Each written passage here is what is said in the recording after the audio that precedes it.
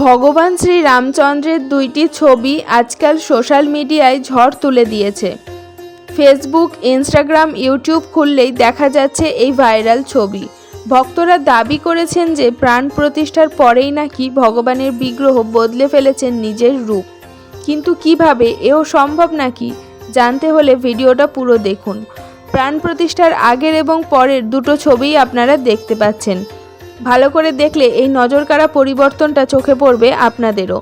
এবার আসি সোশ্যাল মিডিয়ায় এই বিষয়ে চর্চা শুরু হলো কিভাবে।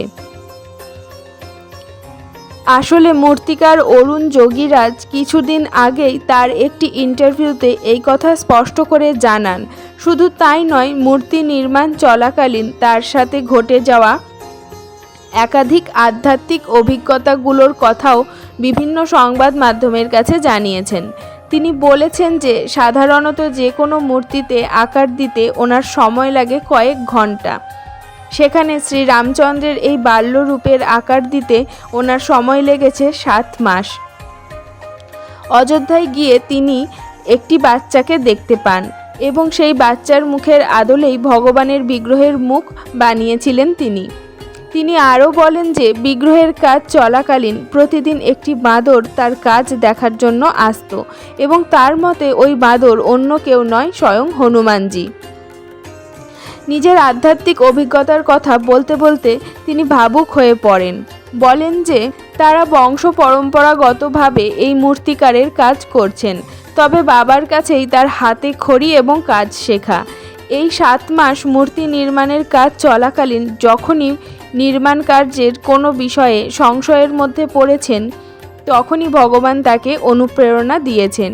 শ্রীরামচন্দ্রের আশীর্বাদেই তিনি এই বিগ্রহ নির্মাণ করতে পেরেছেন।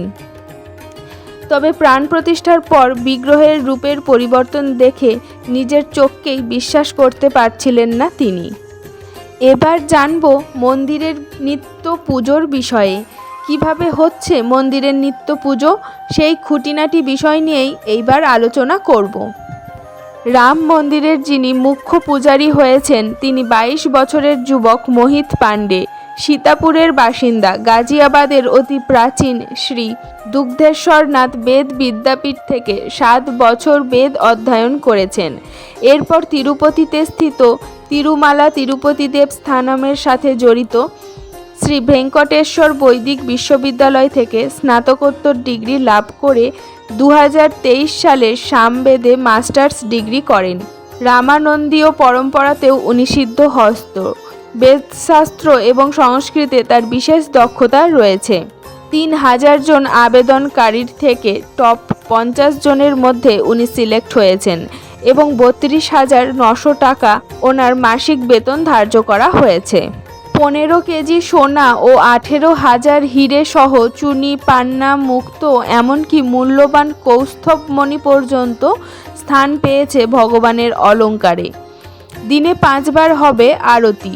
সকাল 6টায় মঙ্গল আরতি, সকাল 7টায় শৃঙ্গার আরতি, বেলা 12টায় ভোগ আরতি, সন্ধে 6টায় সন্ধ্যা আরতি এবং রাত্রে শয়ন আরতি।